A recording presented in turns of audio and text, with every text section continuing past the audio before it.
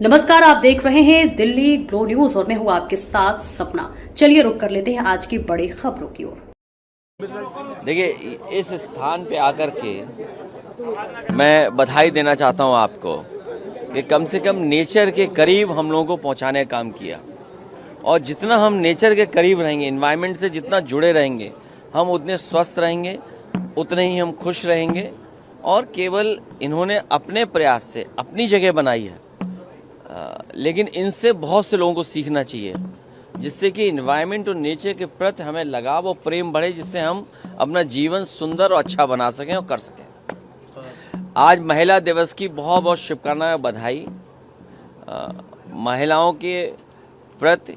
और महिलाओं के लिए हमेशा हम लोगों को काम करते रहना चाहिए, उनको आगे बढ़ना। और जितनी वो प्रोग्रेसिव होंगी उतनी ही प्रोग्रेसिव सोसाइटी मानी जाएगी। दुनिया में बराबरी की जब बात हो तो हमारे देश में तो पौराणिक और बहुत पुराने समय से ये बात रही है कि हम महिलाओं को, बेटियों को, नारी को हमेशा सम्मान दिया है। हमने अगर अपने भगवानों के भी नाम लिए हैं तो पहले सीता का नाम लेते हैं, फिर राम आते हैं, राधा, कृष्ण। ऐसे बहुत सारी चीज़ें हैं जो हम अपने पौराणिक उनसे सीख सकते हैं। लेकिन इधर जो हालात हम देखते हैं, खासकर उत्तर प्रदेश के, सबसे ज़्यादा असुरक्षित महिलाएं अगर कहीं हैं तो उत्तर प्रदेश में हैं। और पढ़ाई से लेकर के रोजगार और उनके सम्मान की कोई चिंता सरकार को नहीं है। और अगर उन्होंने फैसले लिए होते तो आज सबसे प्रोग्रेसिव स्टेट दिखाई देता, क्योंकि देश के प्रधानमंत्री भी यहीं से हैं और पिछले 10 साल से सरकार उत्तर प्रदेश की चल रही है। सर, लोकसभा का सेशन भी कल वो विषय दिल्ली में तय होगा और ऑल पार्टी बैठक जब होगी या हमारे इंडिया गठबंधन के सहयोगी लोग बैठेंगे, उसमें तय करेंगे। उससे जहाँ जो निकल कर के आएगा वो हम सब लीडर्स तय करेंगे।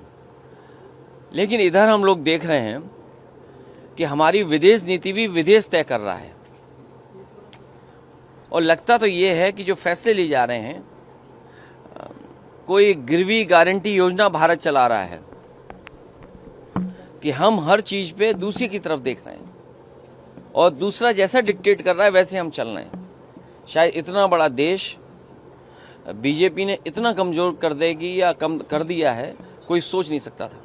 सर, जैसा कि हम लोग देख रहे हैं कि प्रदेश भर में क्राइम अगेंस्ट वुमेन बढ़ता जा रहा है, लेकिन कल लखनऊ पुलिस ने अपनी ईयरली रिपोर्ट में ये दावा करा है कि 20% क्राइम रेट कम हुआ है। इसे आप कैसे देखते हो? लखनऊ पुलिस या यूपी की पुलिस आंकड़े मैनिपुलेशन में बहुत आगे है। और सच्चे जो आंकड़े हैं वो ये बताते हैं कि सबसे ज़्यादा असुरक्षित महिलाएं, जो एनसीआरबी के आंकड़े हैं, जो एनसीआरबी को उत्तर प्रदेश से आंकड़े जाते होंगे, वो अगर हम आंकड़े देखें तो सबसे ज़्यादा असुरक्षित महिलाएं यहीं पर हैं। खासकर पिछड़े, दलित और आदिवासी, इन महिलाओं के साथ ज़्यादा अन्याय और अत्याचार हो रहा है। सर, शंकराचार्य जी लखनऊ आने के लिए पहले से ही आह्वान किया है, उन्हें रोका जा रहा है, उनके कार्यक्रम को परमिशन नहीं दिया जा रहा लखनऊ में। ये सरकार हर सच्ची चीज़ से घबराती है, ये सच्चे लोगों से घबराती है। और अब तो ये स्थिति आ गई कि सनातनी लोगों से घबरा रही सरकार। जो सरकार अपने आप को सनातनी बताती थी, आज हमारे सनातनी के सबसे बड़े शंकराचार्य पूजनीय, उनसे घबरा रही है। और इसलिए घबरा रही है क्योंकि इन्होंने शंकराचार्य का अपमान किया है। और अगर उनका अपमान कर रहे हैं तो कहीं ना कहीं सनातन धर्म बदनाम हो रहा है। और इसके जिम्मेदार अगर कोई है तो ये सरकार जो उत्तर प्रदेश की आज चल रही है। सर, एक अहम सवाल है, पश्चिम बंगाल भारतीय जनता पार्टी इस पर सवाल खड़े कर रही है कि उनका अपमान हुआ है, आदिवासी समाज का अपमान किया गया। भारतीय जनता पार्टी कोई भी चीज़ निकाल लेगी, उनसे बहुत सावधान रहना चाहिए, बहुत सावधान रहना चाहिए। साजिश षड्यंत्र से बहुत सावधान। और ये कितना प्रोटोकॉल मानते हैं, कितना प्रोटोकॉल मानते हैं ये भारतीय जनता पार्टी के लोग। ये अपना भी तो बताएं कि कितना प्रोटोकॉल मानते हैं, कितना दूसरों को सम्मान देते हैं। अब यहीं देख लो, यूपी में सबसे घिसा पिटा और ख़राब हेलीकॉप्टर डिप्टी सीएम को दिया। क्यों दिया? सुनने में आग लग गई होती, उसमें धुआं ही धुआं था। बताइए, हमारे डिप्टी सीएम की जान बच गई और ये प्रोटोकॉल की चिंता कर रहे हैं वहाँ। तो प्रोटोकॉल में तो नया हेलीकॉप्टर मिलना चाहिए इनको, जो नया आया अभी, वो क्यों नहीं दिया इन्होंने? ये बंगाल की तो बात कर रहे हैं, लेकिन जो नया हेलीकॉप्टर है वो इसलिए नहीं दिया कि वो पीडीए हैं। सर, आप देख रहे हैं कि मिडिल ईस्ट में जिस तरह से तनाव है, उसके बाद से कल रसोई गैस के, कमर्शियल जो गैस है, उसके वेट में इजाफा हुआ।